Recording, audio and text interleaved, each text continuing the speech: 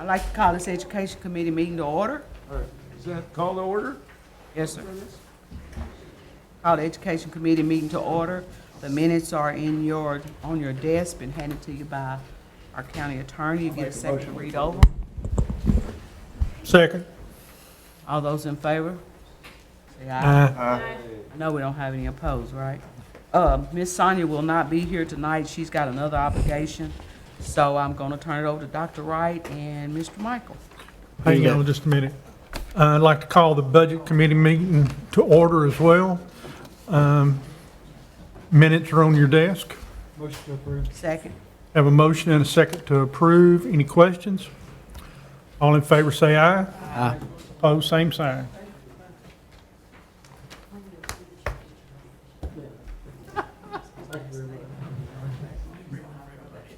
Michael, Dr. Wright, the floor is yours. Well, here we go. Here we go. It seems like it was just yesterday that we were in here, not knowing what we were going to be facing this past year, and what a year it's been.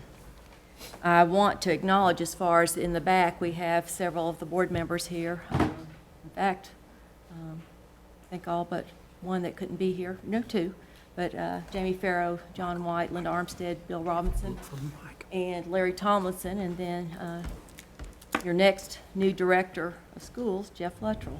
So, go through this. I want to take a little bit of time, just a brief amount of time, just to sort of refresh where we were last year at this time, because it, again, for many of us, when you look at particularly April, May, and June, there was so much that we couldn't have even anticipated or even planned for going into this next year, because we simply didn't know the magnitude of what we would be facing, whether it was looking at the school district, whether it was looking at what the county commission was going to be obligated as well. But what I can tell you that with that, our deficit started at $10.3 million when we were looking at this last year, at this time last year. And we cut it to $7.7 million going into balancing the budget. We started off with, and again, this is just merely a refresher, and it was also a good exercise for us, because not only were we looking at trying to place 1,700 kids and 150 staff members, but we're hoping that with opening a new high school, that would give us a little bit of relief, and hoping that we would also get it completed by August in a 24-month process, considering we had over 137 rain days in that project. We worked with our high school principals to implement an A-B schedule.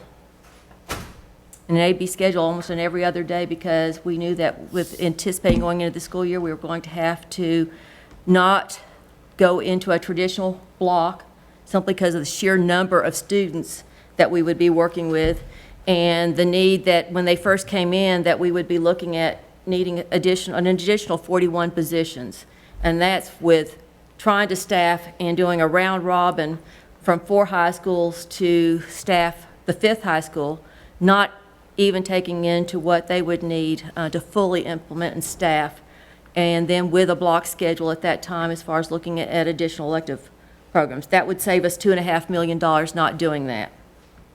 But then again, we didn't know going into that next year how the scheduling, particularly going from a hybrid and not having time to go back and reschedule our students that were on a block.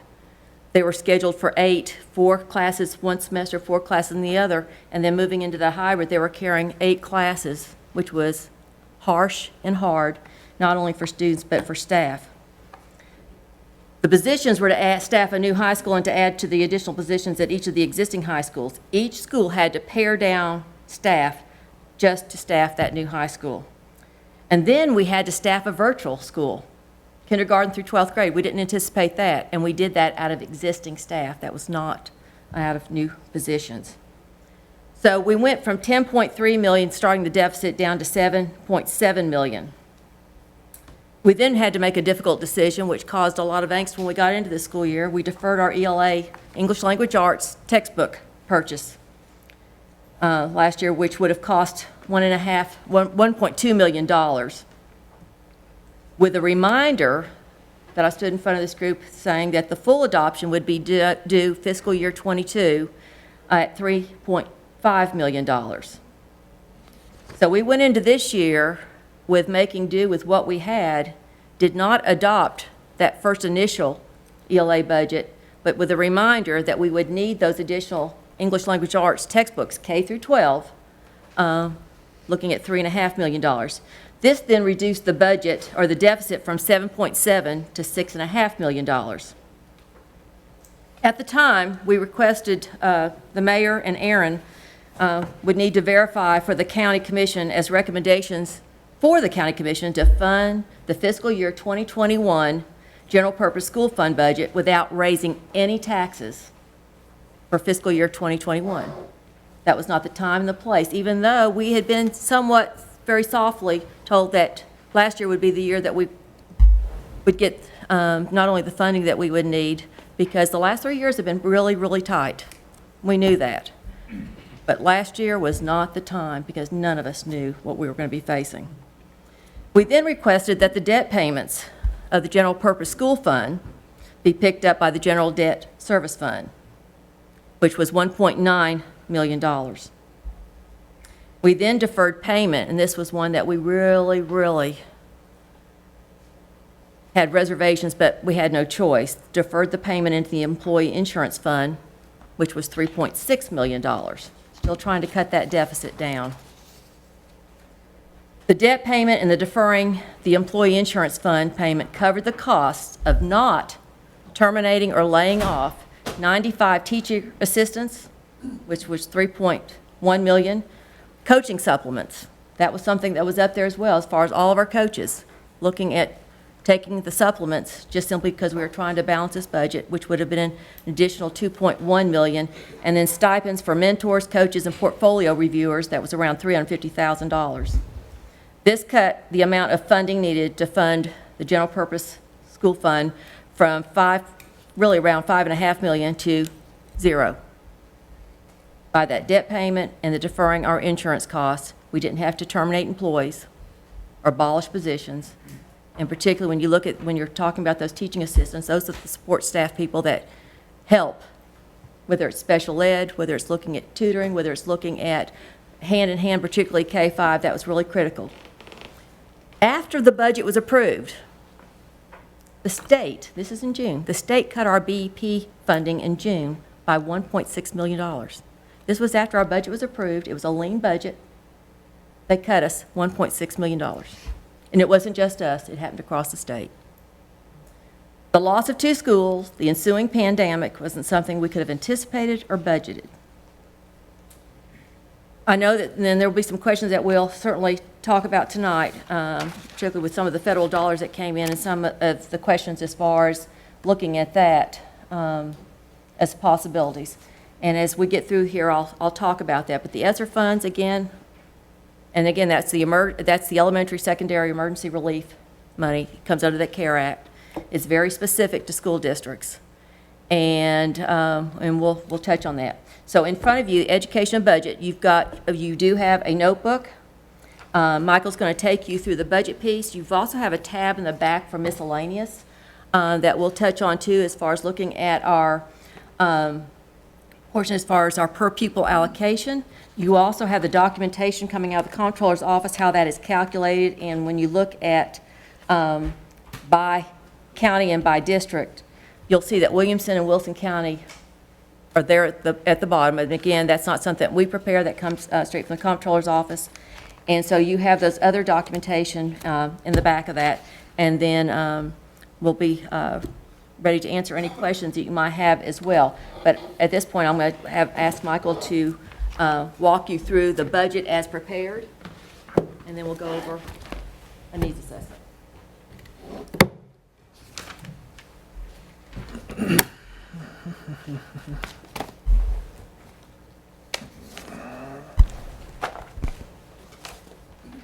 Alrighty, in the very front, you're going to have a memo from me that should be in the very front of your notebook, and that's going to talk about each category that's in our general purpose school budget.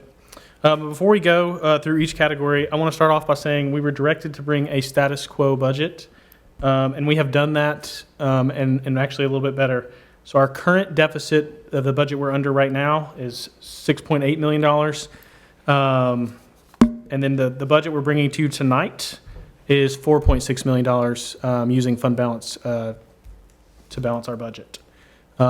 This budget we're presenting to you tonight is in compliance with the 3% minimum fund balance rule that we're presenting. But the difference that we're bringing a $2,221,520 budget better than status quo that we're currently under. So.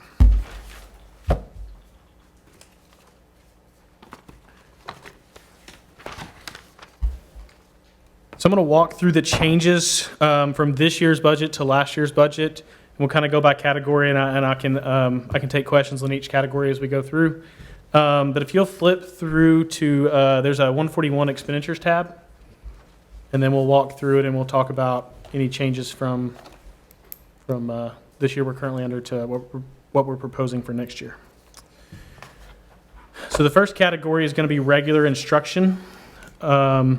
And in this category, I want to point out a couple of things. We are currently having to hire for our virtual school. All of our virtual school teachers this year are going back to the classroom. And so we're having to hire for that because we're offering virtual school next year. I think we use 400 now probably, Right, yes. that we're up to for that. But just grades 6 through 12, where this year, because of the situation we were in, we did K through 12. So next year it'll be grades 6 through 12 only. And we're able to do this with the existing budget. If you'll notice, our teacher line item right there at the top has not changed. I also want to point out that our insurance costs have went up. Last year we forgoed that $3.6 million payment. So this year our insurance cost, employee insurance cost for that category is $7.8 million, and last year it was $4.2. And the reason it was $4.2 last year is because we took money out of there to help balance the budget last year. So I just want to point out why that increase is there. And if you'll notice, there's only a 5% increase on that category. There's a 5% down over there to the right, and that 5% is due to us fully funding our insurance fund this year. That doesn't help make up for last year. And just a little history. 2 years ago, our fund balance for our employee insurance fund lost $600,000. Last year, it lost $1 million, and those are audited numbers. And then this year, we're projecting it to lose pretty close to that $3 million mark that we forgo that insurance payment on. And I want to note something that Michael has been instrumental as far as adding to this, because we always go through this narrative with the board and as well as the commissioners. But if you look on that column, you'll see where, when he was talking about that 5%, you'll either see it in the negative, where we have, either cut, saved, repurposed. But you'll notice that as far as that, you've got a good little footnote there that we've now offered before, and this is something that Michael has added to the budget presentation. Any questions on that regular instruction category? Textbooks. Yes, you bring up a good point. So this year, and we're going to touch on that a little bit later, but I'll go ahead and touch on it now. So last year we budgeted $0 for textbooks to try to help the budget balance, and this year we've done the same. We're utilizing our federal dollars, and we'll get into ESSER a little bit here in a little bit, but we're utilizing ESSER to purchase curriculum this year to purchase our science, math, and English. So that's why you see a $0 there again for textbooks. That will need to be made up in the future at some point, but that's one of the ways we're trying to use our federal dollars wisely. And Wendell, you know how that 6-year adoption goes through as far as with textbooks. So what it buys us time, but it's going to allow us to catch up with what we've deferred really for 2 years, and then also looking in the future too, because those are big purchases when we also get into science and math. Now, I noticed on the first page, you're talking about increased number of teachers at Green Hill High School. Correct. Is that included in this number on top? That's included in that $58,060,250. Thank you. And Michael, the 20 new teachers for the virtual school is in there as well? That is correct. So 34 teachers only cost us, 1 million something. is that Didn't right? cost much. We were able to do that with existing budget dollars as we went through and reassessed all of our classes. We didn't offer some of the classes we haven't offered that we've offered in the past to try to still offer that virtual without offering some of our extracurricular classes. So how did you add 34 teachers? Did you decrease so many teachers as well? No, so we've decreased classes. So there's certain classes where, I'm trying to speak in the microphone too. I know. But there's certain classes we're not offering that we did offer in the past. So those teachers have come off and went to a core class, you know. Does that make sense? Sort of, but if I'm not offering classes, or offering classes is definitely one subject, but if I hire 34 brand-new people, then I would need 34 new salaries, unless you got a way to offset that. Some of it will be offset because we've applied for a school number that there's a 70-30% split with the state because it's going to be a standalone school. However, what he's explained here as far as whether it's looking at middle school or high school programming, some of the positions that we are no longer going to be offering as far as some of the elective classes, some of the courses there offset because transferring will be, we're looking at an exchange as far as what we've reduced in the standalone traditional program to help offset with the virtual program. Okay, thank you. Because and Mayor, what we learned this year too, we staffed a virtual program K through 12 with existing teachers. Now, it bumped our numbers up in the classroom, but it also gave us an opportunity to see how successful that was, and it was highly successful. Commissioner Breeze has got a question. Would this be an appropriate time to ask the question about moving back to 4x4, or do you want to address that later?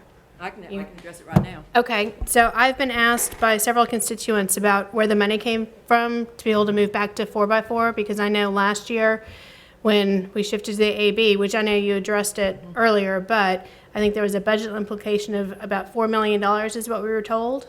So now that we're moving, $2.5 million. Okay, all right. So now that we're back to moving back to 4x4, can you tell me how you did that without the budget implications?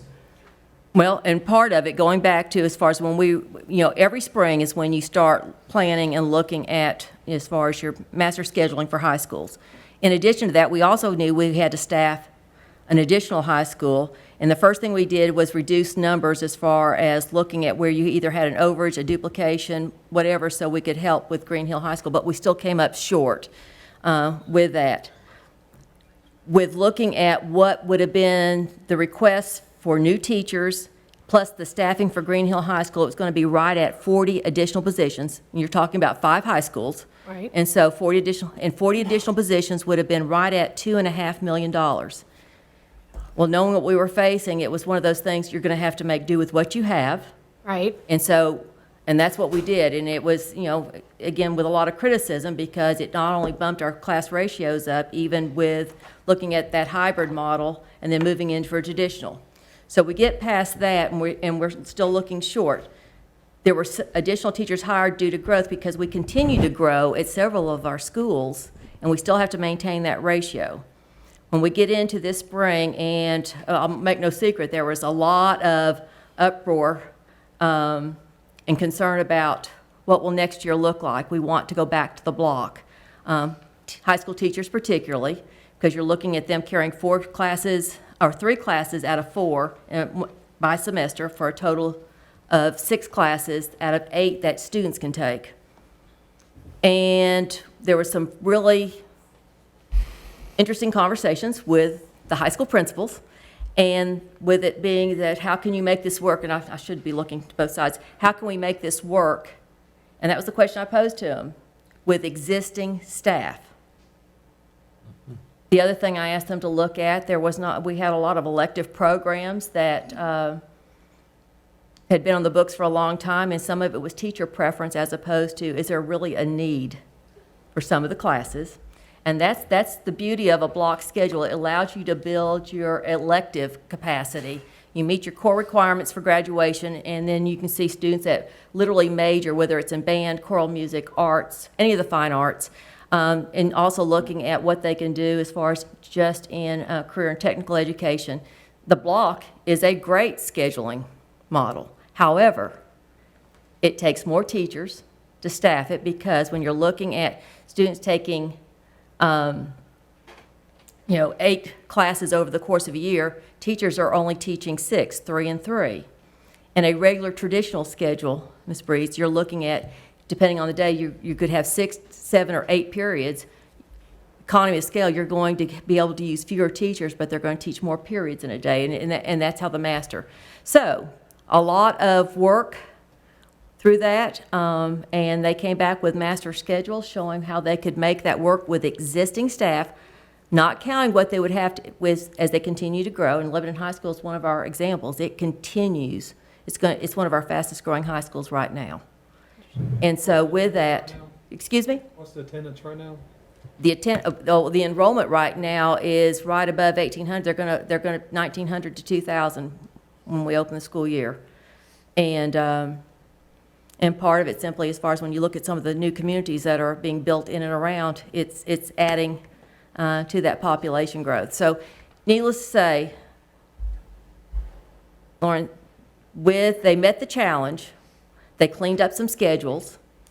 The thing that they also, the rule of thumb that we were not going to entertain any class that had less than 15 students that requested the class. Okay. And so that eliminated some as well, and we went through that last year. There were some classes that were cut from some high schools because they had 5 students enrolled, or no more than 30 in a day. And, we can't afford that. So they've cinched the belt. They've made some good choices.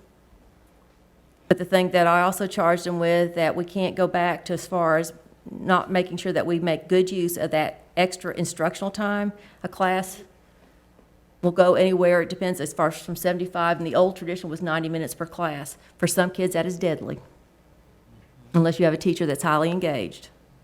Right. And so they know the charge as far as that, to make sure that they not only plan accordingly and make the best use of instructional time, but also make sure that we don't lose any students in the midst of that, So, long answer, but it was a long process. Right. No, thank you for the clarification and the long answer. I think that's kind of what people wanted to hear at this point. No budget implications. So I appreciate it very much. Let me add that category is only our core. That does not include our special ed teachers. That doesn't include vocational ed in there. That's our core classroom teachers in that category, just for reference.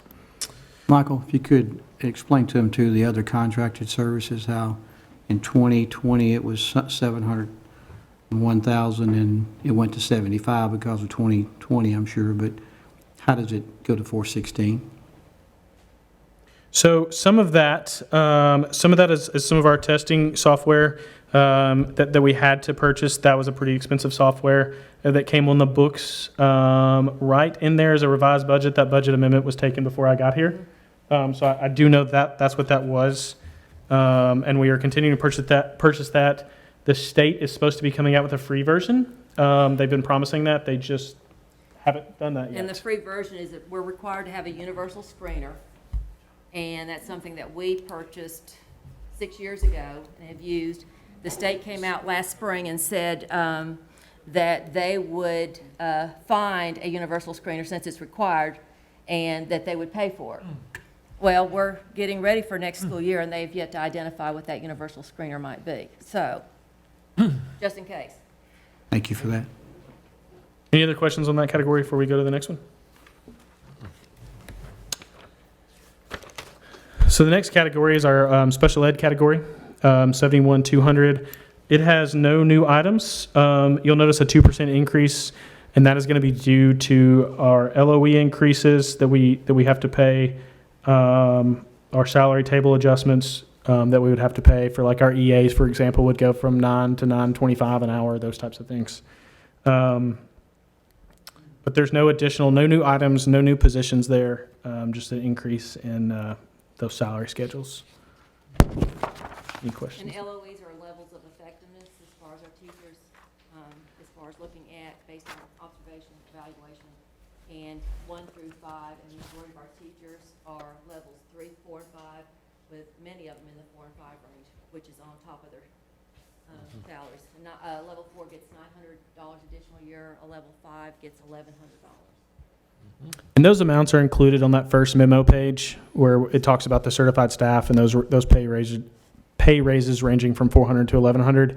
And we do a merit-based system instead of a schedule system. Like some districts do a set schedule every year, and we base that on performance and testing and evaluations. The next category is going to be 71,300.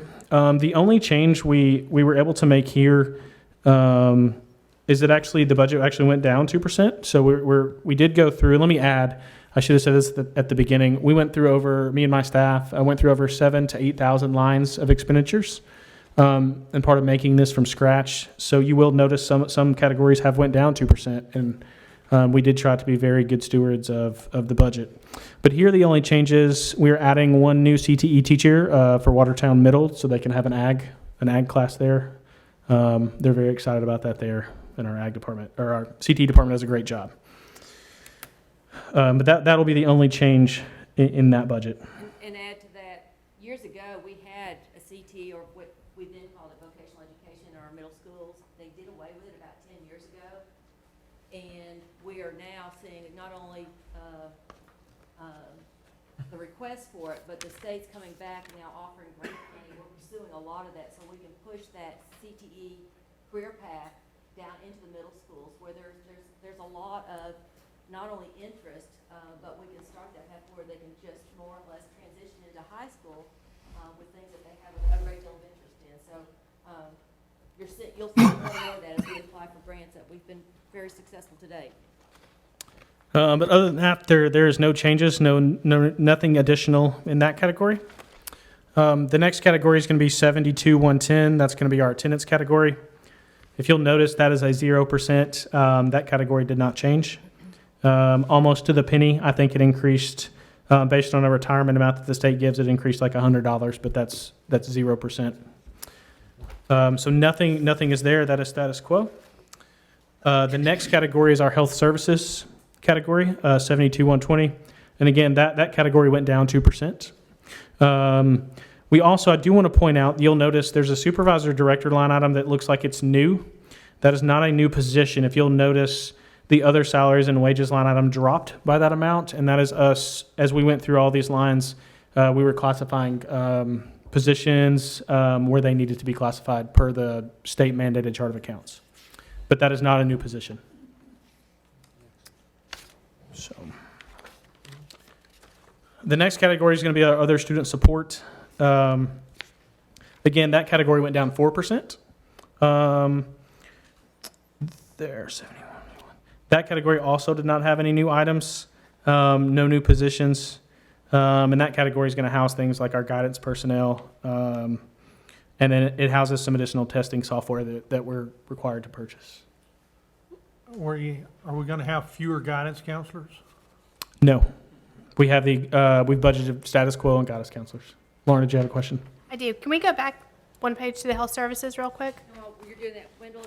There's also some assistance possibly that's going to be coming through the state as far as looking at that BEP funding, not only the need for additional guidance counselors with state funding, as well as social workers.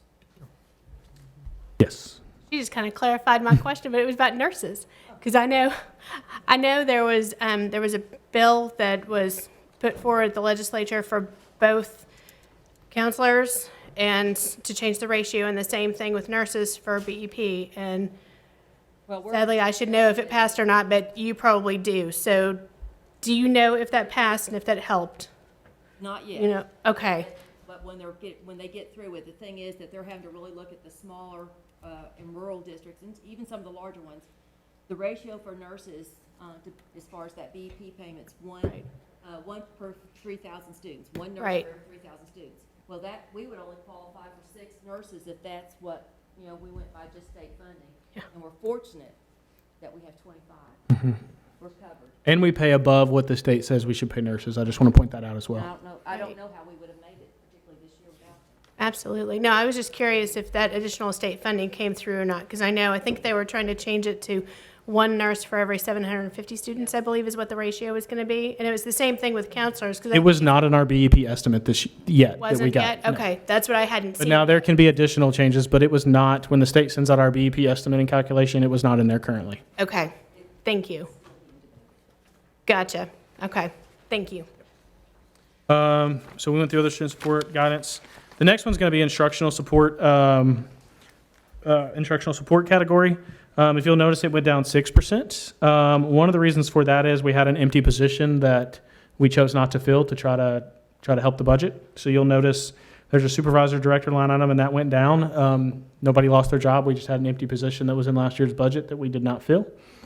So that's one of the reasons that is down 6%.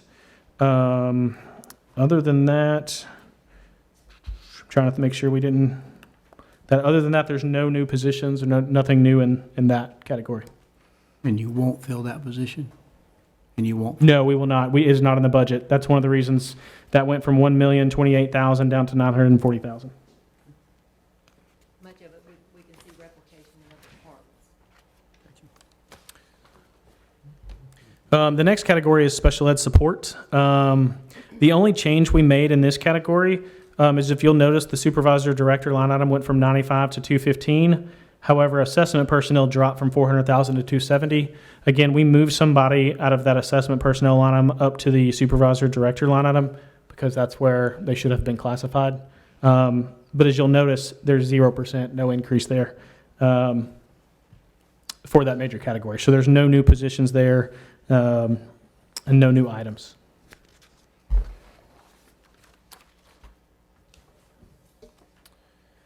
The next one's going to be vocational ed support.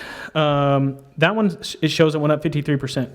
It did and it didn't. And I say that because we moved a position, our vocational ed bookkeeper, who was already employed with us, we moved her salary from another category into this one because that's her sole job, is our vocational ed bookkeeper that manages our grants and stuff. So we moved that position into this category from another one. So that increased 53% to this category, but there's an offset in another category by that amount. But other than that, there is no new positions or any items in that category. And then the next category is our technology. And again, we decreased this category by 6%. And again, we did the same thing here. We moved some positions up to our supervisor director line item. And we lowered our computer personnel line item. So we added a line item there, but no new positions, no new money there. We just were classifying things correctly. Michael, if we go back for just 2 seconds to 72, 230, the extra 52,000 there, we didn't add a position, we reclassified. Where does 52 come from? The 52,000, is that your? Yes, sir. That comes from our salary schedule. Now, let me add that person is an hourly employee, so they do not make that. We have to account for overtime there because they're hourly, but that's where that number comes from. That's why it's a nice round even number. Okay, Correct. good. But no, that was not a new position, and nobody got a raise or anything like that. Got you. So after technology is our Board of Education category. And there's no new items here, but there are some changes that I'll go over. And you'll notice that went up by 75%. And again, that's one of those, there was some monies budgeted in another account, and I put them in one pot so they're easier to track. And that's going to, if you'll notice, and that's going to be our insurance. If you'll notice, it went from, our liability insurance went from $143,000 to $1.3 million. It did not increase that much. It's me putting it all in one spot, so it's easier to track and it's more transparent that it's all in one account. That was previously budgeted in our operation of plant account, and now it is in one spot. So you'll see a decrease, an offsetting amount when we get to that operation of plant category. Other than that, there's no new items in that budget. Michael, it was my understanding that Mr. Tomlinson got quite a bigger raise this time. Is that true? That is not true. That is not true. I heard he was, Clarify that, Mayor, because it has been circulated that the school board members make $27,000 a year. And so my wife was upset about that. She felt like I'd been rat holing on her. And I had also, during that same conversation, I'd been referred to as being an old drunk. So Pam thought I probably was spending it on my beer. So, but we make the same thing that you, ladies and gentlemen, make. well, Y'all I don't know that. want to add to that. I heard you was a pretty good tomato planter. I am good at that. There was, just to clarify, there was no increase in any Board of Education salaries or payments. I really did that as a joke. Sorry to bring on all the conversation. Sorry. Just to clarify. But there's no new items in there. I'll point out when we get to it where that amount decreased for insurance. The next one is going to be the superintendent category. That one actually went down 2%. One of the changes we did make is you'll see that we moved an amount from other supplies down to other charges. But other than that, there's no changes, and it actually went down 2%.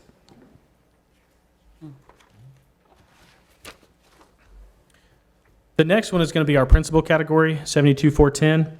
Now there are a couple changes here, and that is that we hired requesting 3 new assistant principals. And I've listed those schools there. I do want to point out that Green Hill High School, their graduating class this year was small. However, that will increase next year. And that puts them on par with all high schools that have 4 assistant principals. And then the other schools have grown. The state has a ratio, and so we meet and exceed that ratio. In Glayville Middle School, the GMS, they have grown as well, so that gives them the additional assistant principal. And then Rutland Elementary, they have 2 buildings. They are one of the largest elementary schools configuration in the state, and they're right at 1,200 kids operating between 2 buildings.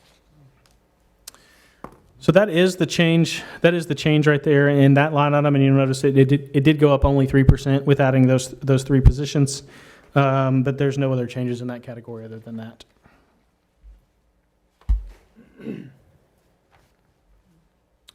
The next category is Fiscal Services.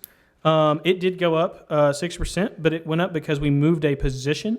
If you'll notice, accountants, bookkeepers increased. That is not a new position.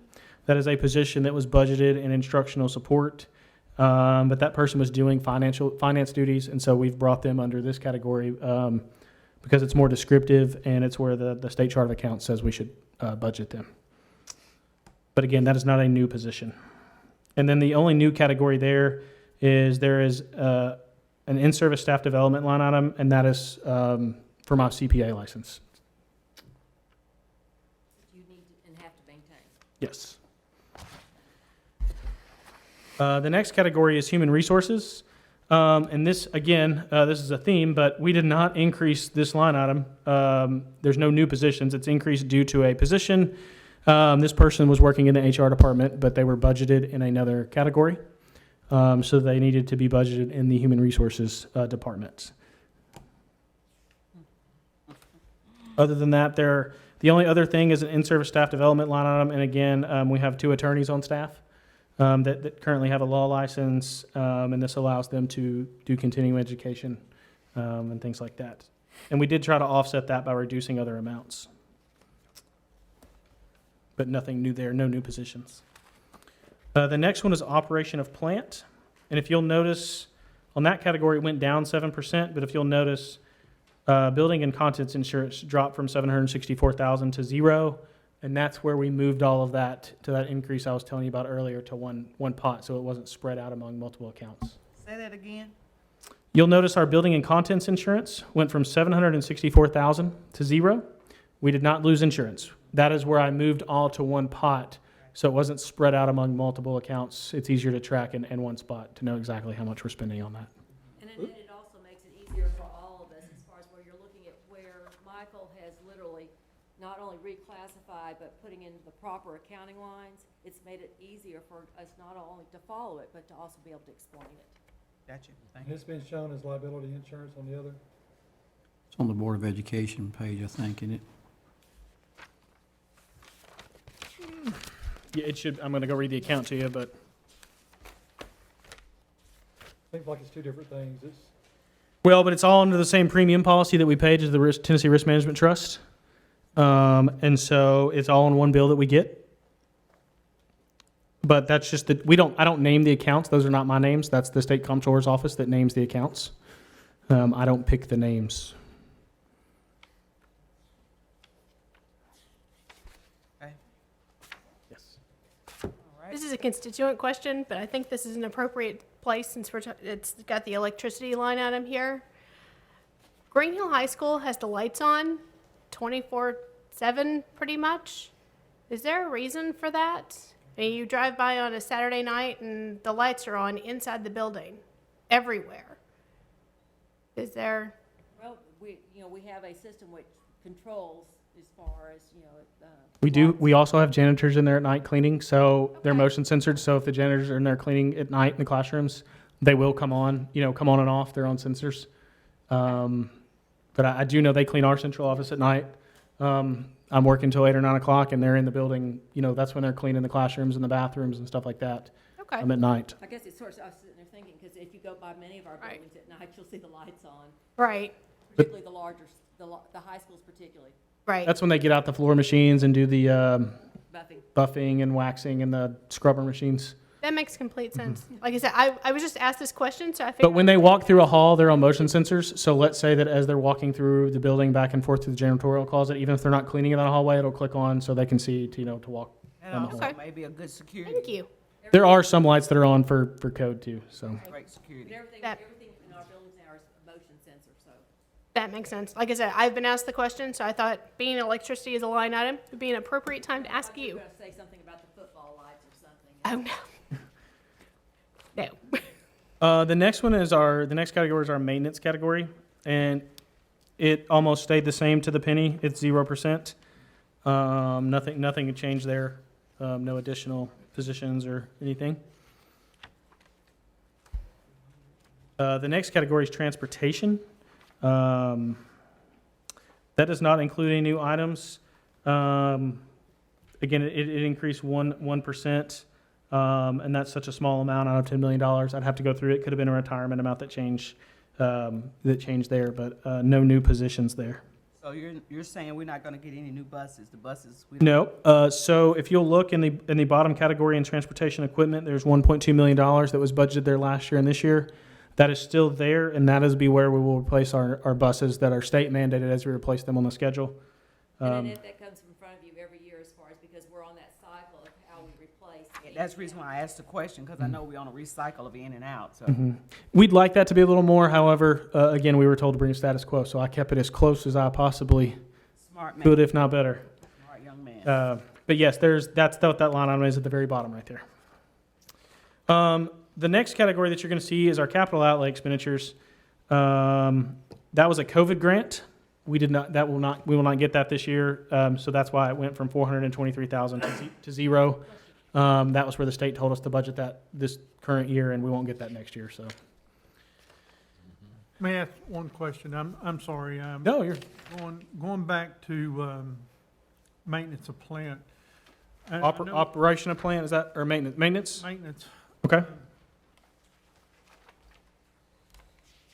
With the increase in the size of our facilities and everything, how do we keep up You're- not increasing? Well, so when we get to our needs assessment, we'll definitely talk about that tonight, but I will go ahead and touch on it.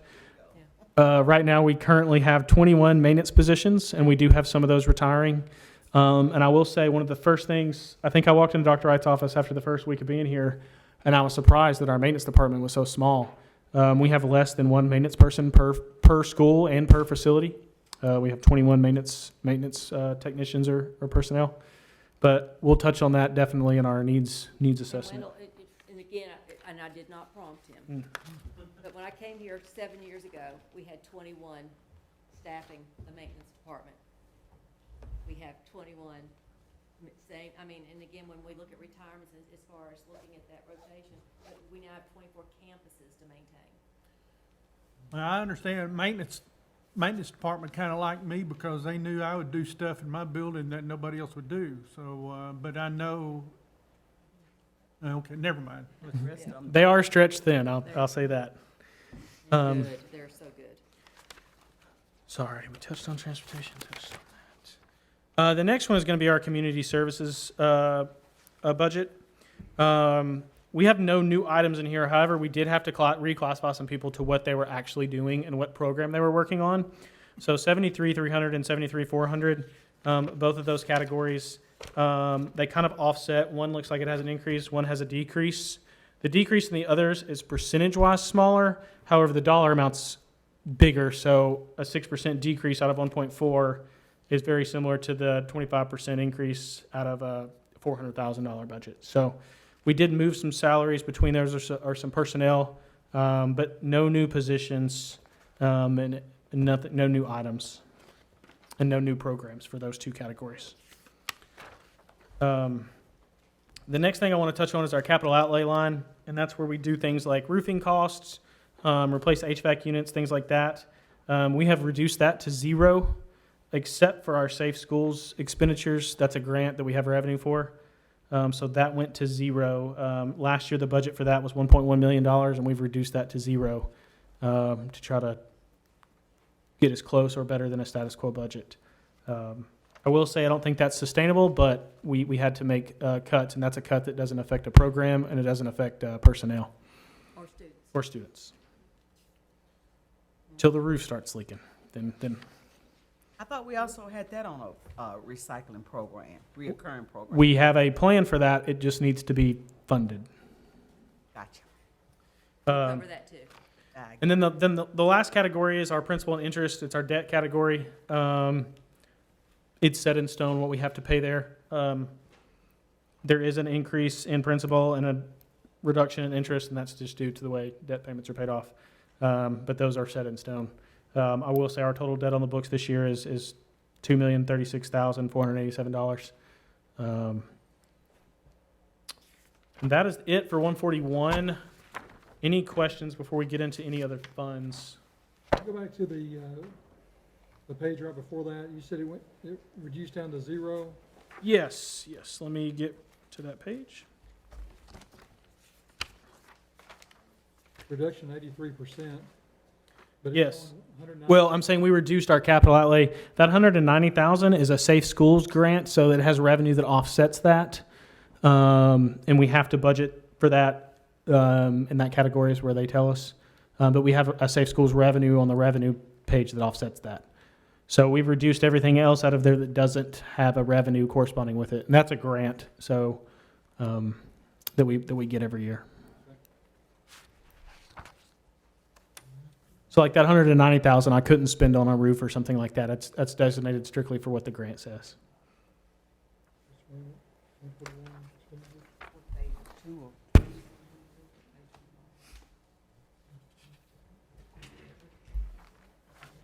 Just as a point of reference before he moves into this next fund balance, again, you've got reduced pages of what we would present normally every year, but again, and I'm going to attribute this to Michael as far as not only making, I guess, better sense as far as looking at accounts, making sure they're in the proper account numbers, but the thing is that when you look at a school district budget, not just here, you're talking about right at 7,000 lines. We have 7,000 or 8,000 lines of expenditures. So we budget on categories, but we expense by location. So every time you see that teacher line item that was $58 million, every time we run a payroll, every teacher has a location code, and we have to report that by location. So every teacher that teaches at Green Hill High School, Lebanon High School, Gladeville Elementary. So each one of those budget lines has, 20 to 30 location codes attached with it. So we went through all of those, and it adds up to about 7,000 or 8,000. Any other questions on the general fund there?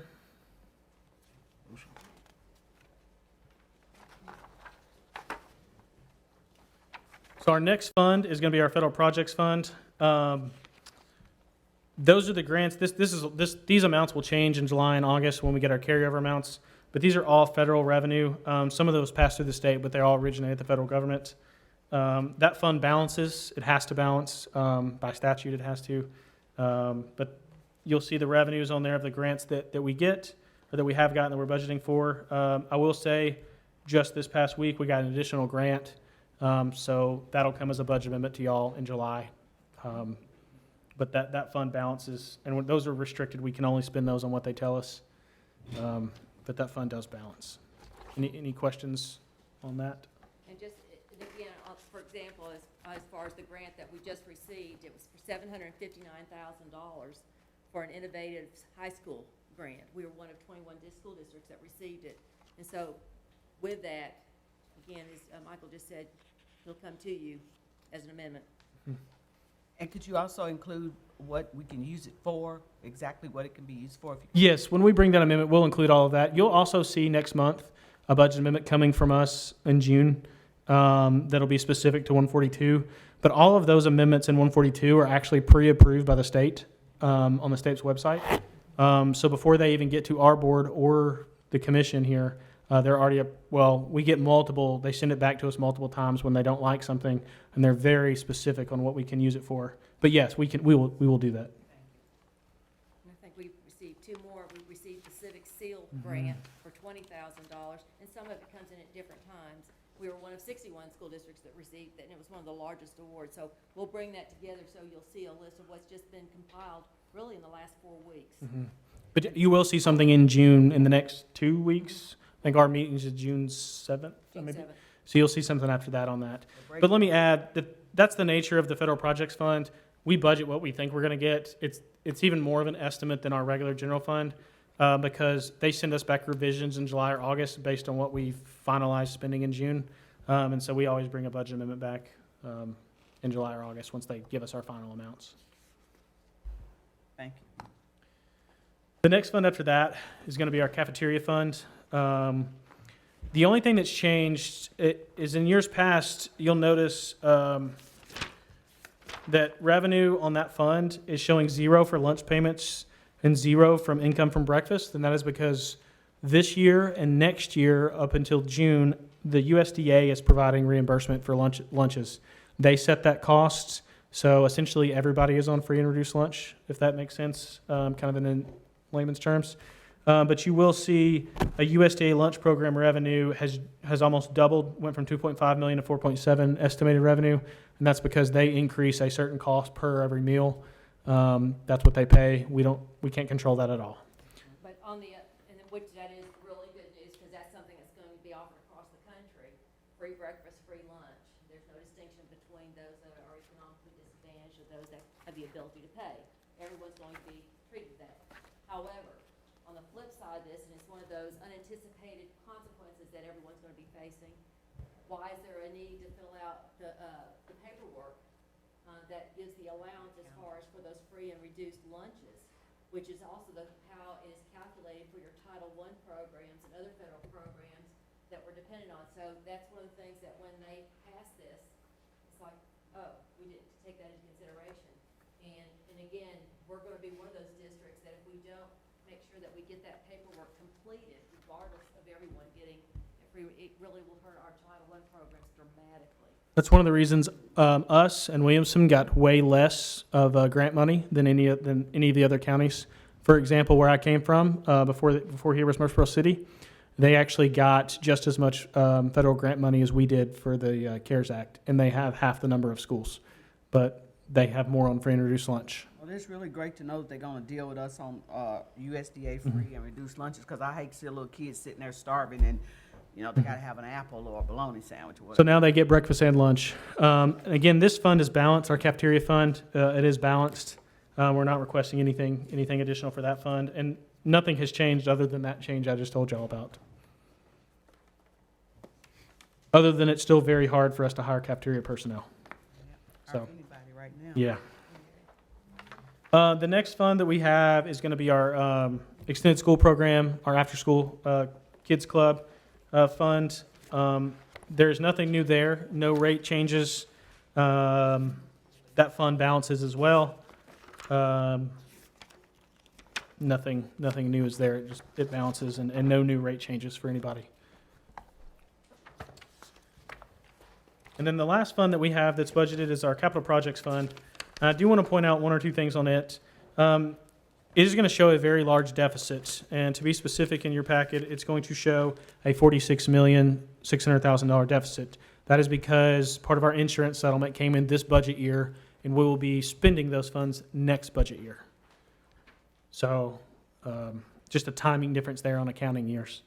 But that's the only thing that's changed in that fund. And that's an accounting procedure that many districts would not have known, as, I guess, in previous years too, Michael, on how insurance is counted. So that's something that is new. Really, the last 2 years maybe that we have to show that? Mm-hmm. So you'll notice this year on our books, at the end of the year, we'll show insurance, proceeds. But the proceeds are in this accounting year that we're currently in, and then the expenses will be in next year as we repair and rebuild the Stoner Creek and West Wilson.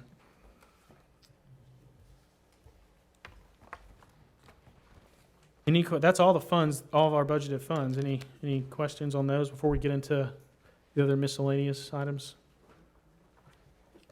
Or our needs assessment? Any questions from the education committee? Nobody have any?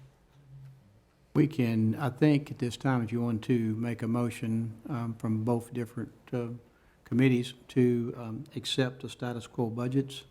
And I asked Mayor Jennings, can we do 141, 142, 143, 147, and 177 all at one time? I make Or that did you motion. do them individually, Mike? I make that motion to accept all at one time.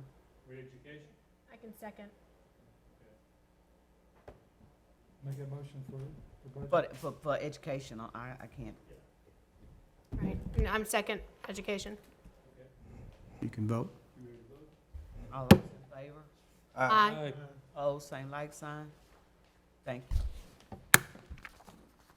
So we need to do the same thing for budget if there's a motion to accept. I second. We have a motion and a second. Any questions? William Glover? All in favor, say aye. Aye. Any opposed? Yeah, well, I'll just Okay, Michael? this page too, in case you need it. Are we ready for the next part? Yes, they do. It's in there, miss. Always. I need to looking at that. Here, I'll leave it open. This is in there, and so is, Are you prepared to go to your needs part now? Want to touch on one thing that's in the back of your book as far as that miscellaneous section, because that is really good information to have. it should be behind your needs assessment, the next page after that. Okay, Miscellaneous. there's some charts and graphs, and Dr. O talked about it. I just want to say that comes directly from the state comptroller's offices. Those numbers are audited from across the state. So that is not our arbitrary numbers. Those are the audited numbers from the comptroller's office. And, and I've brought this in times past as far as why this becomes so important, as far as not only to understand, but when you look at our average school per pupil expenditures, and again, this is a lagging year, meaning that this is based on old data that's not been updated yet, and it will probably be even reduced even more. We're $1,700 under the state average on per pupil allocation. It continues to grow. Bedford County is the one county that's beneath us. They're about $200 less than we are. You can look at how that breaks out. You look at our district demographics. But the thing that really I want to point out when you look at economically disadvantaged, that's how that weight figures into this, and it could be a real detriment. I've always said that Williamson and Wilson, being at the end of the alphabet when they distribute the funds, they just run out of money. But the thing is, Williamson is the first as far as wealthiest per capita. Wilson County's number 2.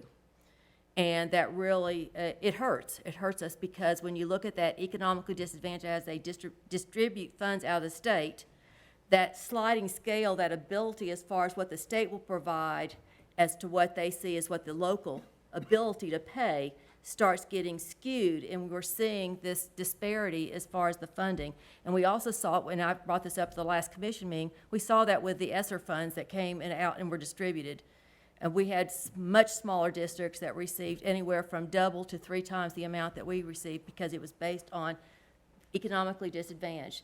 7 years ago, we were right at a 43% of economically disadvantaged. We're now, right now, and if you'll look, you'll see it right there, that we're hovering between 13 and 14%. That doesn't mean that we don't have children in poverty. What it means, it's easier to mask poverty, and that's why we've got to make sure that we get those forms in from our students, because that really hurts us when we look at the funding. So I want to point that out to you. And again, just so you'll remember, it has nothing to do with capital projects as far as when they calculate this. This is off your general purpose school fund operating budget. And what your total is divide by your student population, and that's how they come up with that allocation. Lauren? I guess, for those at home, if anybody's watching, or if you don't have the book here, the funding by source is broken down is federal is 6%, state is 46%, and local is 48%. So I know that as our ability to pay goes up, the amount of dollars that we get per pupil in BEP goes down. Down. So with that in mind, is this graph for this year's No, BEP funding? It's lagging. It's lagging. Okay, so this potentially could go down even further. That's what I said at the very beginning, that the potential for it to, again, be reduced. And because, again, you can almost look at it as a sliding scale as far as that ability to pay. Williamson County's in the same position. In fact, you've got 5 of your large districts that are also seeing that decrease as far as the ability to pay. And the very unofficial auditors do not like that term, but that's what it calculates out to. Right. Now, we'll add all of that, that's an interactive graph that's on the website, that's on the comptroller's website, so. Commissioner Gentry, you have a question? Thank you. I have a question. Yes, sir. You know, I can see cost per pupil or what we spend per pupil. On these other counties that spend much more than we do, what is the correlation on how their students do compared to ours? Well, Do what, we have any information on that? somewhat, when you look at Metro Nashville, they spend a little over $12,000 per student in their Right. allocation. You see what we spend. We're in the top 5% when you look at 145 public school districts in performance. That's what I mean. Okay. And, So it's not always about the money. Is that correct or no? well, the thing is, I will tell you, and I've said this many times, where the return on investment in Wilson County is very, very good. That's what I mean. Yeah. The ROI is very good on Very our good. students. And some of the other districts like Memphis, Nashville, Chattanooga, I don't know what they are, Well, but, you know, just rating them concerning the actual performance of our students, how many scholarships, et cetera, I think we do very well in Wilson County. Not that we don't need to spend more money maybe, but it's got to be targeted for whatever we're and going very to do. specifically, and that's, that, you know, and I make no secret as far as when you look at the return, and looking at the performance levels, is there a lot of work still to be done? Of course. You should never be satisfied. Right. But the idea as far as what we're seeing, and particularly looking at the projection of our students starting in kindergarten, because that's one of those things that we can individualize it that precisely. The return is when we see when they exit high school, and for example, you know, we don't know the total yet, but Lebanon High School alone on Saturday had $12 million awarded. It was more than offered, but $12 million awarded. That was one high school. Right. So that's one of those things that you can measure as well. But I guess the big thing is, it's more than just the satisfaction, but knowing that on a very lean budget, that we have teachers that can produce quality instruction, and we have tools that they use that they can personalize it to the point that there is no reason for any student to be lagging as far as to the best of their ability. And you've heard so much about learning loss this year. Well, it was to be expected, but you know, we also worry about that over summer. But the thing is that we saw a pretty good increase in literacy. Okay. So, Another question is, we're low, where do we need to spend the money? On teacher salaries, on the maintenance of the schools, on the That's what I'm gonna bring up. transportation? All of the Or all the above? All of the well, above. and, you know, remember, this is one thing that, again, this county commission presented it forward, the taxpayers supported it. Our teachers received a historical raise last year. You know, a teacher with 20-plus years of experience in a level 5, they received $6,100 last year, or this year. I'm already putting in the past. And so when you see that, because of the sustainability of that sales tax referendum, that will continue to support that. And no other district received that kind of raise anywhere in the state. And that was in the midst of a pandemic. But that's what the taxpayers, and again, because of your support, pushed that out there. And so we're good there. But we have other areas that we need that will, as we support those areas, and I'll go over that in just a minute, we'll bring that operating budget up, which pushes that per pupil allocation up as well. And again, you've got documentation from the comptroller's office, so you can just see, I'm sorry for the small print, but you can see the calculations as far as looking at every school district and how that calculation is taken out. And then I've got it highlighted on the second page where there's Williamson and Wilson, so you see that as well. I need to go back to your needs one more time. I Okay. know we're gonna hash it out later with the budget committee and probably education committee as well. Well, what was the need to put West Wilson Middle School repair, rebuild, that $10 million? What was the need to put that in there Well, for?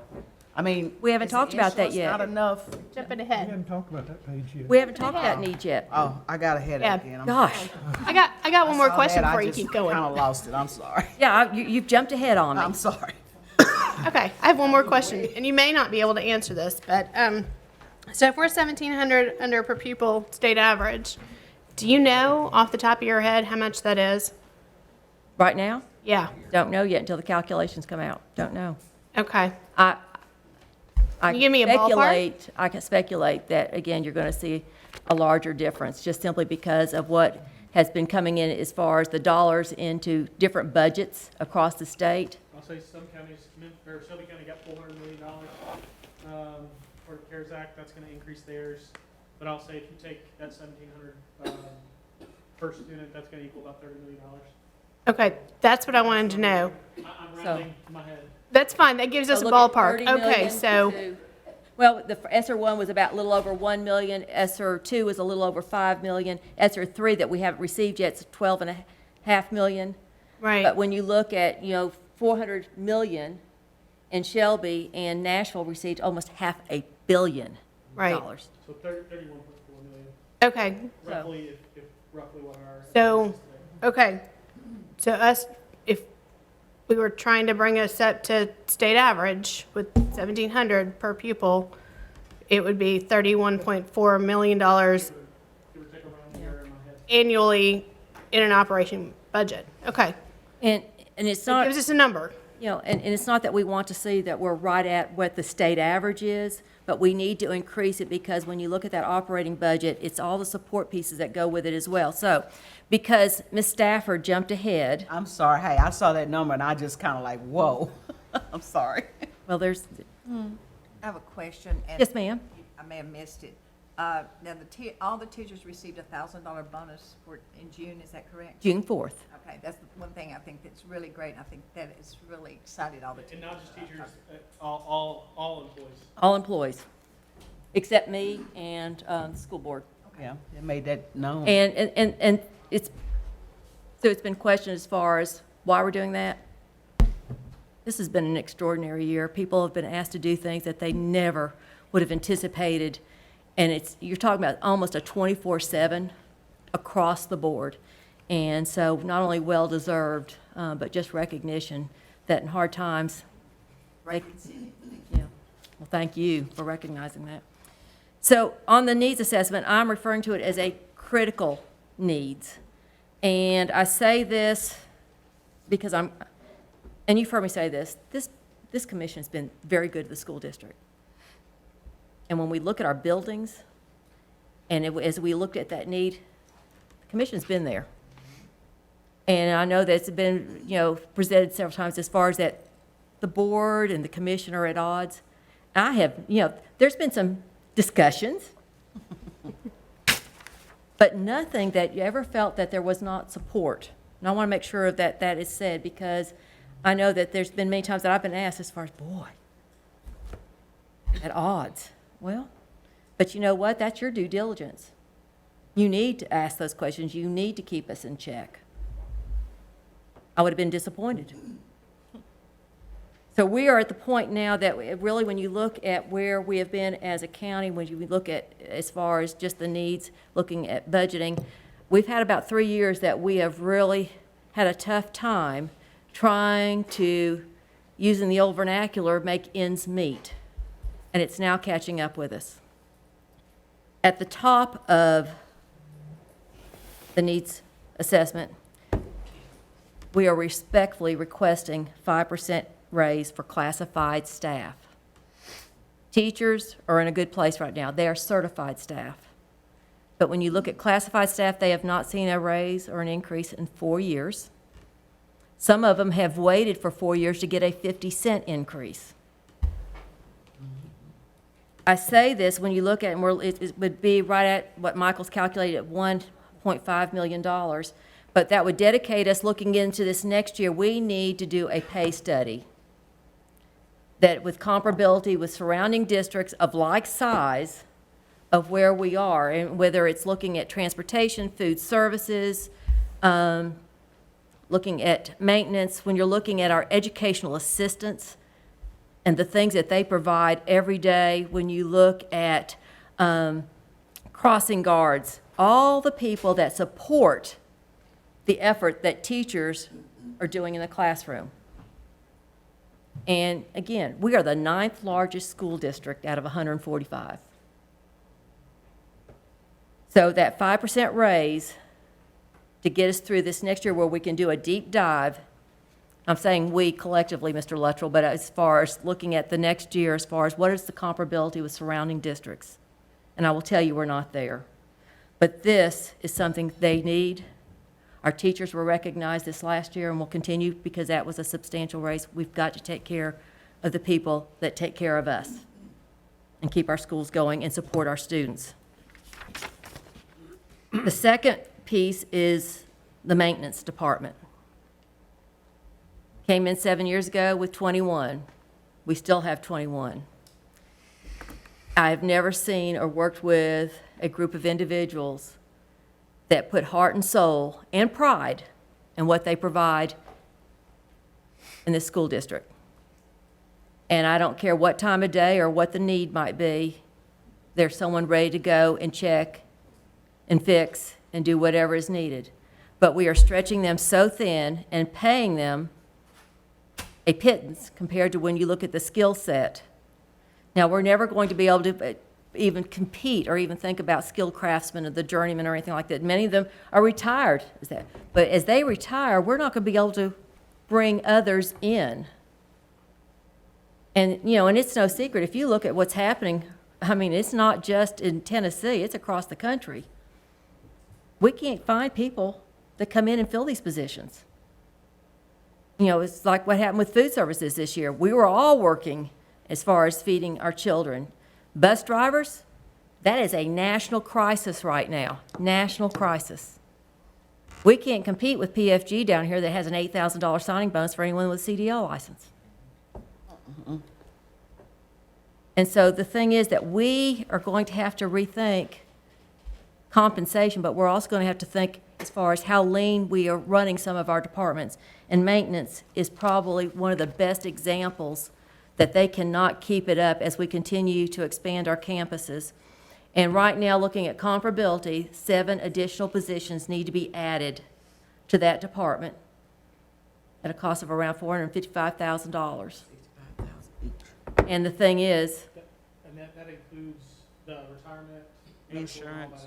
Yes. So does that, let me point out, that top number right there, the 1.5, that also includes the retirement that goes Yeah. along with it? everything's calculated. Full package. Yes. And just to, excuse me, I'm sorry, Is Justin. that around 40,000 salary? 40, 45. Which Give or one, take for the maintenance? Yeah. Yes. about Mhm. 40 grand. It'd be 45-ish maybe in With that everything. range. And I'm being rough because I'm going off the top of my head. But I mean, I can get you that. But yes, you're correct, 40, 45, somewhere in there. Justin, there's no guarantee that we'll even find those people to fill those Right. positions. Not for that. But it would be, as far as the opportunity to be able to see what we could do, it may be as a second career, people that have retired that will come in. And again, we're looking at electricians, plumbers, any of those positions that we need. And when we look at the age of our department, as they age out, we're not confident that we're going to be able to replace them unless we do something about salaries. Would it be more expensive to do this as contracted services for the maintenance positions? We wouldn't be able to find them. And it would be way more expensive. Let me also add to, as far as that classified staff, let me add, I did, as going through this, I did look, some of our EAs make, $9 or $9.25 an hour. We have other counties, Rutherford being one of those, that's several dollars more an hour, not 25 or 50 cents more. I mean, they're up there in the $14, $15 an hour starting salary, and our people work about 4 years, 3 to 4 years, and only get a 50-cent raise. So we're really struggling just to fill these. That 21 maintenance positions that we have, that's positions. I know we have at least 1 or 2 people retiring this year that we haven't backfilled because we're struggling. Our pay is so low, starting is so low. So I'll add that 1.5 million does increase the starting pay of an EA, so that as we recruit EAs, we can try to get good quality EAs in here. EAs that are starting with us that are not in special ed are right at $9.50 an hour. But you also look at our food services personnel as well. They can go to Chick-fil-A and make $17 an hour. Ms. Breeze have a question.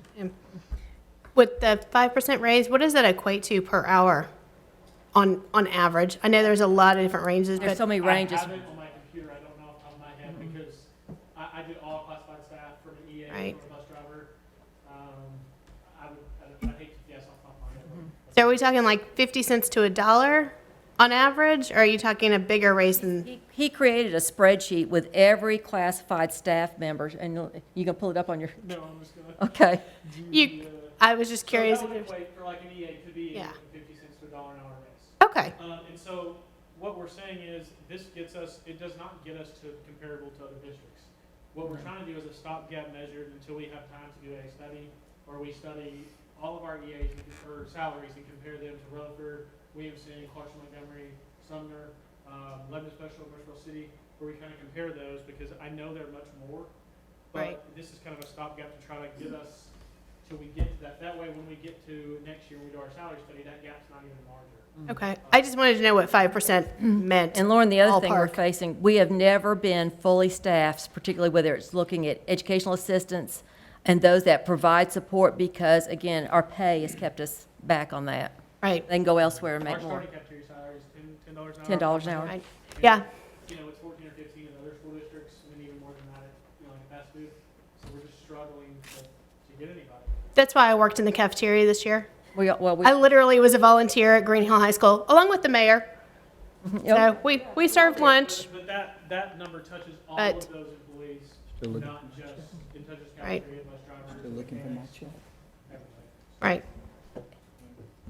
The next thing that, again, you can triple star this, this is a critical need as well. We need to replace, as far as the insurance fund transfer that was not made this past year, we need to replace that, $3.6 million. If not, we're looking at an increase in premiums for our employees. And again, Michael made reference as far as what we have lost. Is there anything? Let me add in, 2 years ago, we lost $600,000. Those are audited numbers, and they're rounded, but it could have been 601, but approximately 600,000. Last year was approximately 1 million. And then this year, we're projected to lose, somewhere around that $3 million mark in our self-insurance fund. Those exact dollar amounts are out on our audited financial statements, as part of the CAFR that involves y'all's numbers too. With this 3.6, would that be an annual cost, or is this a one-time? It's one time.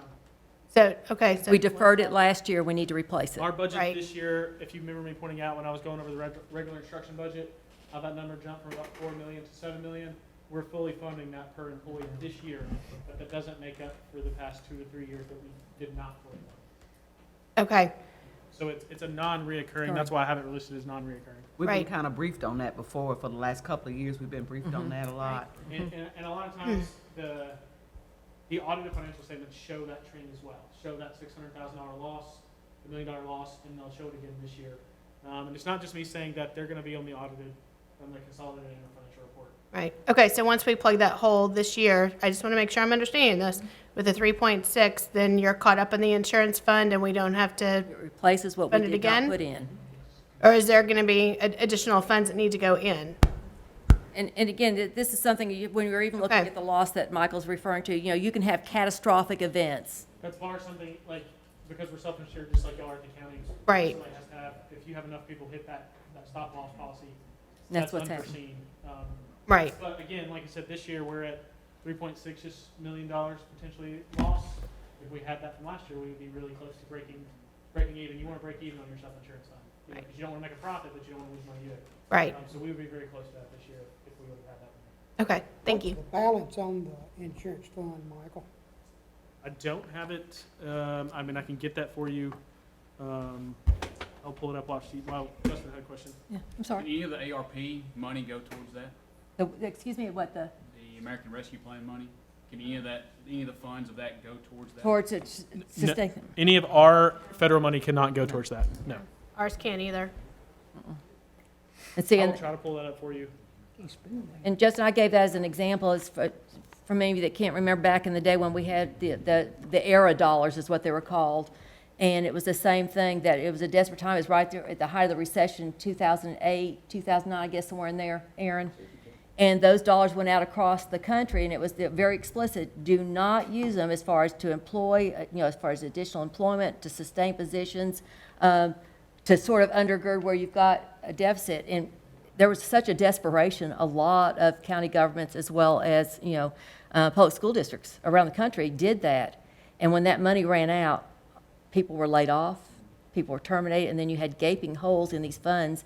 And I don't want to say it was a lesson learned, but it's one that I've really seen a lot of underscoring by the federal and the state, saying, make sure these funds are, and you can finish the sentence out. And they're really looking at school districts with intense scrutiny. But that's a non-recurring fund. Right. Or money. Right. Dr. Wright, we understand that we've just accepted a status quo budget for this coming year. Mm-hmm. But last year, growth money was 1.2 million. This year, it's around 1.1 million, for a total of $2.3 million. Where are those funds being utilized? Our growth money from that property, you're referring to property tax growth money? Yes, sir. Yes, we do. We did not receive, when I looked back at our property tax calculation, was not, we share our property tax growth money, our per penny. We only get 84% of that, so we did not get that much in growth money last year. There's two things, and it's something that Michael and I need to get together on. We estimated a lower collection rate last year. It looks like we probably would have been good at the 97% collection rate, which means we probably left some growth on the table last year that Michael doesn't know about. And then now we've got the growth for 21. So we've got growth for 20 and 21. That's probably something that Michael and I need to get together on. Let me add that we use part of our growth money a little. We have to a little differently than the county does. Part of our growth money goes to mandated salary increases that we have to give to teachers. I say mandated, but it go per our salary schedule, and then also additional like testing software and stuff that we have to buy. So a lot of our money goes to that. Just for example, out of the 1,200 teachers, I'm rounding a little bit, 1,300 teachers. A lot of them get anywhere, it's in your packet, but they can get anywhere from $400 to $1,100 a person, and a lot of those score in that 4 to 5 category that gets $900 to $1,100. So the majority of our growth money goes towards that, as well as we didn't get I don't think there was a property tax increase in here when Green Hill High School was built. So our growth money goes towards those things as well as we bring new utilities. Even though that Green Hill High School is funded through a bond issue, we still pick up recurring cost of, mowing, electricity, gas, general maintenance cost. So our growth money doesn't go to one place, but it goes to there.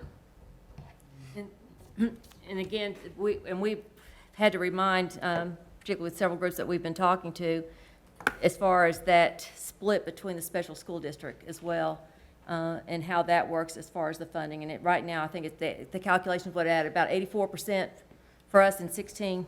Yeah. So we get, out of all local revenues, we get 84.13365%. And I'm laughing because they rounded out way out there. And then the special school district gets 15.86635.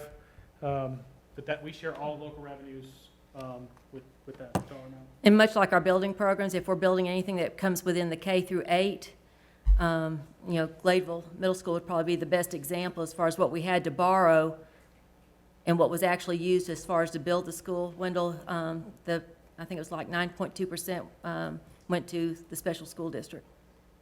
Got a question about last year being COVID, and I know that fuel costs should have been way down, electricity should have been way down, all that. How much is going to be left over at the end of this budget year from last year? So our current budget deficit is $6.8 million, and I'm projecting us to be right around that $1.8 to $2 million loss. So a lot of that will offset, from that $6.8 million loss down to about $2 million, 1.8, for those specific reasons that you're talking about. And then on this status quo budget, you said there's approximately $2 million under status quo this year? I have that amount for you too. $2,221,520. And let me read you, I actually have that right here. Our current budget deficit is $6,832,466. That is our current budget deficit. I don't think we'll lose that much. I think we'll lose right about that $1.82 million this year for that specific reason, saving on utilities, fuel, things like that. And let me say too, we've used some budget amendments to plug some other holes with some of those savings already for some unforeseen expenses. I think we even brought a budget amendment since I've been here that touched on maybe electricity or fuel cost or something like that. Well, the maintenance department, we had to bring a budget amendment for this group to cover, again, their overtime, their hours that they put in there. Tommy, you asked a question about what our fund balance was. I don't know what it is currently today because we're paying bills. A balance sheet amount, our fund balance amount is a snapshot. It's as of a certain day. But at the end of last year, the fund balance amount there was $21,128,210. And we lost, and these are audited numbers. I'm looking at the audited financial statements. We lost $1,080,711 last year. And that's as of June 30th, 2020. How many people is covered in it? Can you answer that now? How many people, say it again, Tom? How many employees are covered in that? Over 2,000. I don't know It's over 2,000. But I don't know the exact amount. That does change daily as people, but over 2,000. That's a close round number. Correct. But it was, and I will say, it'll drop well below that this year. And every employee is provided, and then we've had those that, which is a small number that, for the family coverage. And that fund also includes dental. We do offer dental. Vision. Yep. What did you say? I'm sorry, I was writing something else down. What, the difference between status quo budget that's just been presented and last year? Okay. So last year's, I'll read it. The current budget deficit we're under is $6,832,466. And that's what we are currently under today for FY21. The budget we are presenting, the deficit is $4,610,946. The difference of those two numbers is $2,221,520. And then I want to emphasize again as well, the budget y'all approved tonight as far as status quo does meet the state 3% minimum fund balance rule that the state tells us to meet. And this is all presented, it's at the bottom of your, in fact, it's stated twice in your summary sheet. Did that get your answer, Tommy, on the? Yeah. What you have in front of you, again, as far as it's not prioritized, but again, when I say critical needs, the 5% raise, the maintenance positions, and then looking at what needs to be replaced in our insurance fund for your consideration. The Chromebook, the student devices and teacher devices, no secret, that we've been trying for the last 6 years out of 7 to get into a one-to-one, and it's been something that's been very difficult. Not everyone agrees that that was something that we needed to pursue, and we found out as we came into the pandemic that that was the mode that we had to move to quickly, and particularly with what we lost just between Stoner Creek and West Wilson Middle School was over 2,000 devices, staff and students. And so we need to get back into a refresher mode as far as a replacement, because many of our devices that we have bought over time are getting age on them. And that is where you see much of where we can go to, where instruction can be provided at any time and students can work any place. And we have seen some really great advantages with it as well as some disadvantages. But that right there is looking at what it would take as far as refreshing and looking at a 6-year as opposed to what we had proposed much earlier, several years ago, as a 3-year, $5 million a year for a total of $15 million a year. You have in front of you also a summer roofing program, which I believe they've got the cycle that's in your book as well as far as what we're proposing. Roofing for school buildings, very expensive. We've just completed the roofing at Wilson Central High School. That was a little over $2 million. We've replaced the roof at the Mount Juliet Middle School Gymnasium, and we're putting roofs on now with 30-year warranty, so there's an advantage there. But the thing is, when you have that initial replacement cost, it's not like replacing your house. You're looking at far more roofing coverage there. So you look at the cycle there as far as a summer roofing program and looking at by year. And again, that's an estimate going over the period of time. Yeah. Let me add something. We did have a company come in at night and come in and shoot with infrared cameras yeah. to see what insulation was wet in some of those roofs that were leaking that just hadn't made it down to, the classroom level. And so that's one of the ways we prioritize this list, was based on those infrared scans. We had a company that came out and did that at night.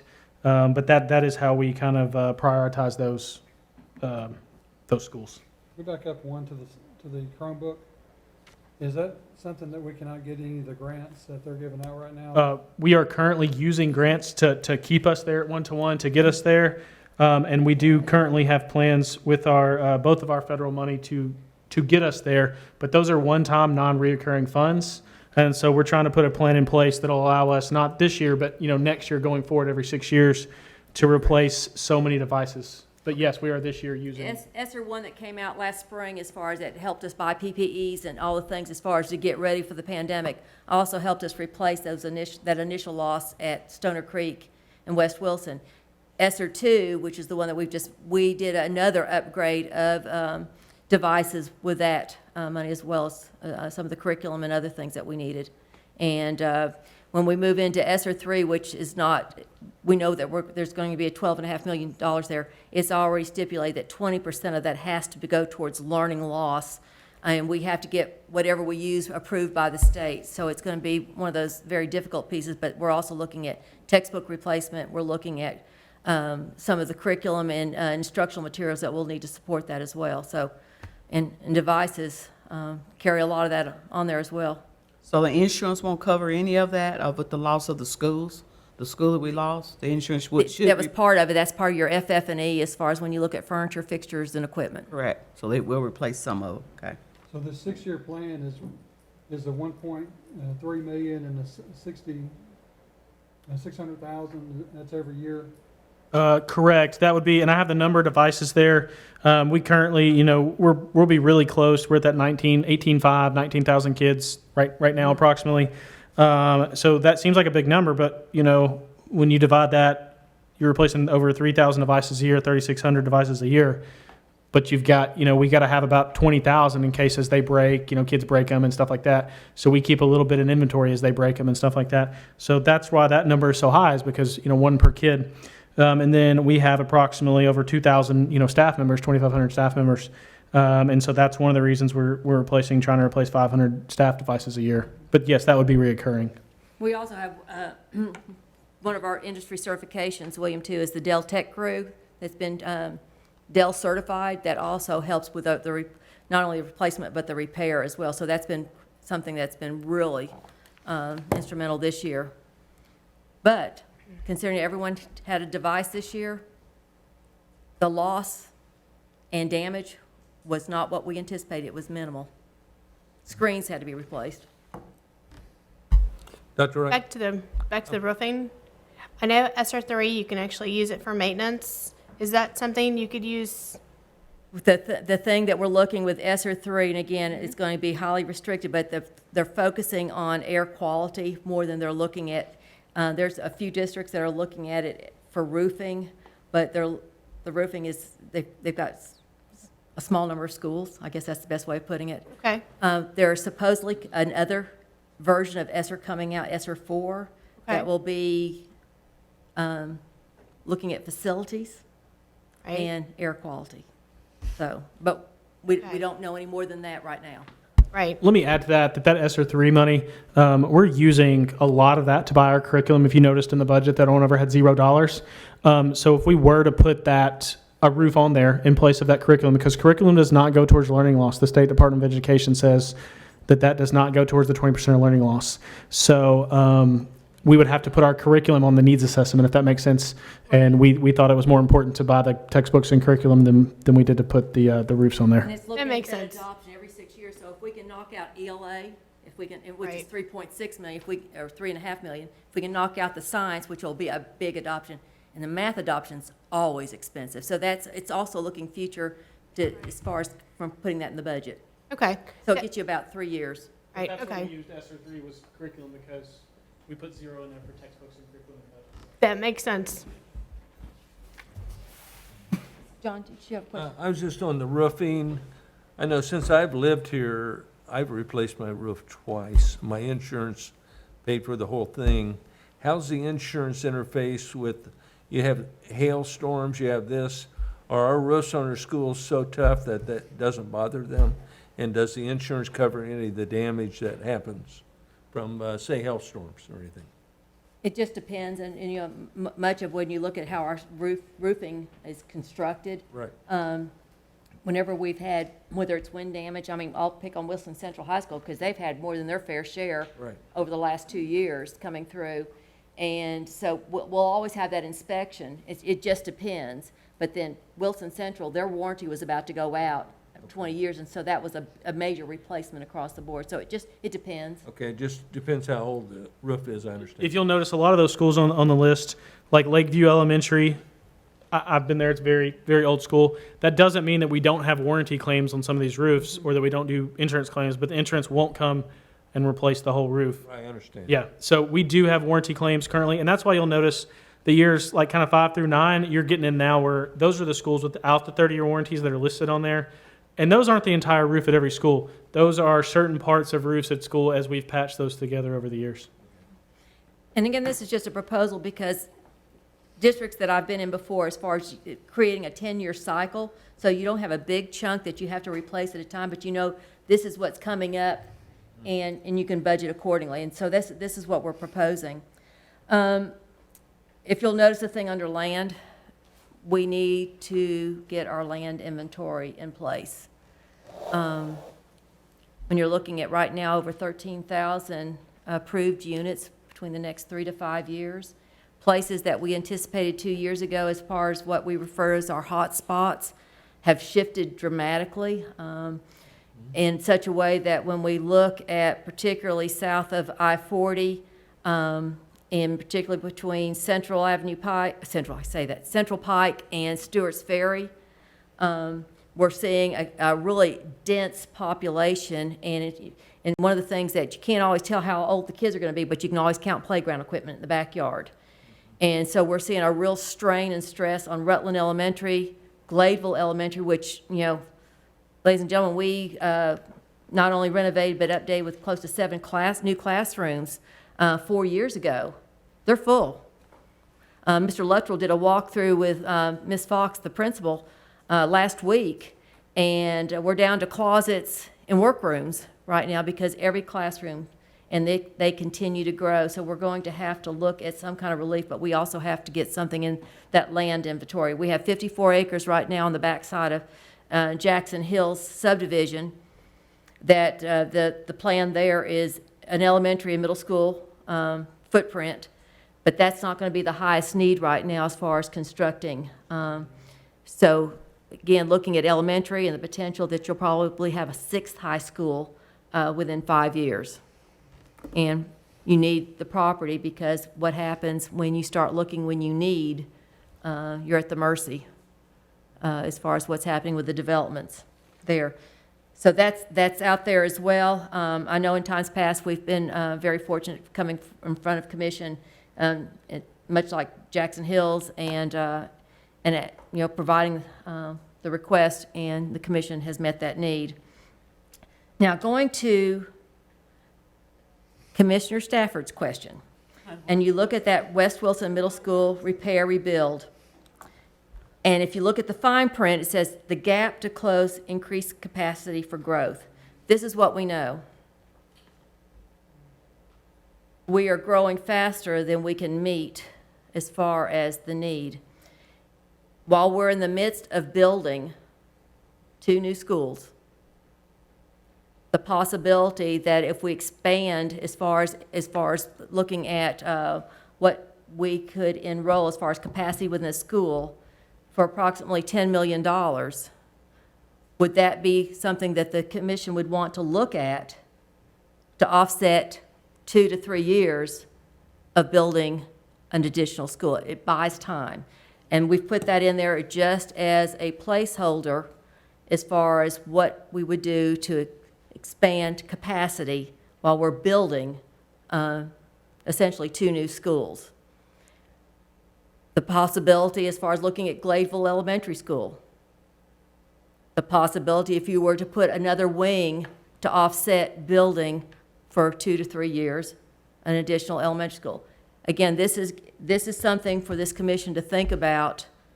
I don't know of anywhere that you can build a new school, really 2 schools, for $10 million. And so, again, it would have been irresponsible on our part without putting that out there, with looking at what's happening with growth. And it might sound dramatic, I don't mean it to be, but if you look at what's on the news as far as what's happening in this area, people are buying houses sight unseen, coming in from California, New York, Illinois, and Maryland. Those are the 4 big areas. And they're bringing children with them. So, Lauren? How many seats would this add at West Wilson Middle School? As far as looking at that wing, what were we, 7 to 8 classrooms, which if At you... least. We don't have the final blueprints ready for those yet. That Okay. will come after Summer Creek. So really, that's what we think we could increase the capacity for when we go to do the blueprints and stuff like that. Okay, so you don't have a capacity number that this would be? If Okay. we're looking We're at just 7 not to 8 there yet. classrooms, let's say 8 Okay. classrooms, and if you're looking at just at a minimum 25 students per class, I mean, you can look at, Okay, so. thank you. And this is just at West Wilson, right? Not at Stoner Creek, or is this both? No, that's, but right there, as far as while we're in the building phase, looking at, again, before we finalize the It's a lot blueprints. cheaper to add on there because we already have utilities on site. The grade work's already Oh, done. done. Okay. So it would save several million when we were talking with our architect and our engineers. Several millions of dollars just because we have existing utilities, existing elevations there. Plus, we'd have a clean slate as I think Stoner Creek's demo started this week. Yes. Or Today. will so as we have a clean slate there, all the, the site will be really level. So it would save us a lot of money. I say it made good Okay. economical sense, but I don't know if we can afford that right now. Well, just, again, it'd be irresponsible not putting this, in front of the commission. So the insurance settlement that Wilson County School System received, plus the cost of the portables, it's going to have to, what are you calling it? It's the Bobcat Village. Okay. I didn't name it. But with the monies that's received in the insurance settlement, we're not decreasing the size of either one of these schools, are we? No, because the part of what we're looking at as far as the existing footprint, as far as you're getting new buildings, but based on as far as what you look at the existing footprint of the school, we're not decreasing the size, but we're, Okay, that's a wrong question. Okay, I'm You're sorry. not decreasing the number of students that these 2 buildings will serve. no, sir, no. But what I'm also saying right now, I mean, we're continuing to enroll in both schools considering the circumstances we're in right now. Amanda Smith will tell you that certainly for Stoner Creek, but the same thing at West Wilson. And then the White Fleet, it's an ancient group of cars that are, many of our employees that are what I call transient employees, or itinerant employees, whether it's technology, whether you're looking at the maintenance group, whether you're looking at food services. Again, we've got some that have got some interesting nicknames because they're hitting over 300,000 miles. The paint's coming off, but we still have to use them because of the need as we travel across the county at different times. And then the last piece on here was something that's been important to our board, and it's the PTAC units. And those are those air conditioning units that I refer to lovingly as motel units. And we have a little over 625 units right now presently across the district. It was brought up by the board that we've had at Mount Juliet Elementary 2 that have caught on fire and that have had to be replaced. At the time that when you're looking at these being placed in, they were expedient and they were cheaper than most units. But the thing is, when you look at their life expectancy and the repairs, we're running them not like they were intended to be used and run, but we've got some issues with them. And so when you look at this, and I think Michael broke it down as far as when you're looking at the number of units that we have across the district, doing, again, much like the roof, as a cycle of replacing 70 classrooms a year at $35,000 per classroom, and what that would cost and equate as far as going back and replacing those units and taking them out of the schools. So it costs $35,000. Let me add, so it says classrooms. For example, on year one, you see 70 classrooms. That's going to be 2 P-TECH units per classroom, and then we were to replace them with 1 unit. But the reason it's so expensive is because all the brick and block work that has to go in to patch the holes where those old, as Dr. Wright calls them, the motel units are kind of under the windows and stuff. We'd replace them with 1 big central unit that would go, 10 feet in the air, that you'd see in like all our new schools. But that's the reason for that estimated cost there. So you're not replacing the hotel units? No, we're going back with something that's more energy efficient and things that we're putting in our new school. And have a longer life expectancy as well. And again, it's a large number across the district. I thought innocently when we started looking at this 3 years ago that it was really Wilson Central that had so many, because when you look at their roof line, but it's across the district, particularly those before 2012. Commissioner Smith? And let me see, as far as, Question. oh, I'm sorry. Question, I'm gonna always ask that question. Federal money, can it go for the air quality for those units? Possibly. But potentially, however, we would have to give up purchasing curriculum and textbooks. And we still have to meet the 20% learning loss. So we did look at that. That was one of the things we really wanted to use that money for, was this specific item. It was very talked about. However, once we added in all the curriculum that we needed to buy for the adoption cycles, we didn't have any left over because we had to meet the 20% learning loss. And curriculum didn't touch the learning loss portion. And so the learning loss portion, just so everybody knows, is kind of things like tutoring, really targeted to that learning loss. Intervention. You're Yeah. learning this. So, but one of the things I will say that we want to do for that learning loss is tutoring. But yes, we wanted to do that with that money, but that would have meant us putting that curriculum back in this general budget and then requesting something additional in the needs assessment. So that was kind of our dilemma there. And Justin, what's also happening with this is that, made a lot of news, but the state is looking at students that if they're not showing proficiency as far as reading on grade level at the end of 3rd grade, they're looking at retaining 3rd graders, which they've already had that on the books since 2011. So there's a real focus and push as far as making sure every school district is doing that. However, going back to your question, if that ESSER 4.0 comes forward, like they say, and part of the discussion, if you follow what's going on at the federal level, the average age of public school buildings across the country is around 8 years old. And so there's a real emphasis as far as what are you going to do without aging facilities, and a big focus on air quality. Mm-hmm. I really think that's going to come through, and that wouldn't be earmarked as far as what, because we're taking care of textbooks, we're taking care of curriculum, we're going to get the learning loss, and if that's earmarked for that, yes, it could. But you're also gonna provide us with a list of everything that those can go for, the SR3 and SR4 as well. You're gonna give us a list, correct? Mm-hmm. Well, and part of it, once we get complete, like 1 and 2's already been, that's been done. Right. ESSER 3 has been, August 15th? August 1st is the deadline for that application. Mm-hmm. So we're still in the process of putting that together. And as many times as we submit it, it might be that many times that we get it rejected and sent back because it's very specific of what the state's going to I accept. know you're gonna be asked that question probably over and over and over. That's the reason why I know you will. Well, it's a We asked reasonable- that question in-house about everything we've chosen because I would love to put those roofing and those air conditioning units in that pot. Absolutely. But then how do I say that's more important than the curriculum piece when we were Right. looking at the budget part on that? So, but we did ask that question and tried our hardest to work it in somehow because, especially the roofing part, I mean, with leaks and stuff, I mean, we constantly are chasing down those on our old buildings. And our teachers are so frustrated because we had offset the ELA books, particularly with those lower grades, which put a whole lot of dependency on not only that, and we're good at creating curriculum, but you need those textbooks to support. And so that was really frustrating on an already hard year that we delayed it, but we're gonna make sure they have it next year. Commissioner Glover, have a question. Thank you. And more of a statement, I wish that, I know you just talked about that the average school was, did you say 80 years old? Across the country, yes. I wish that showed in our average, school for pupil expenditures.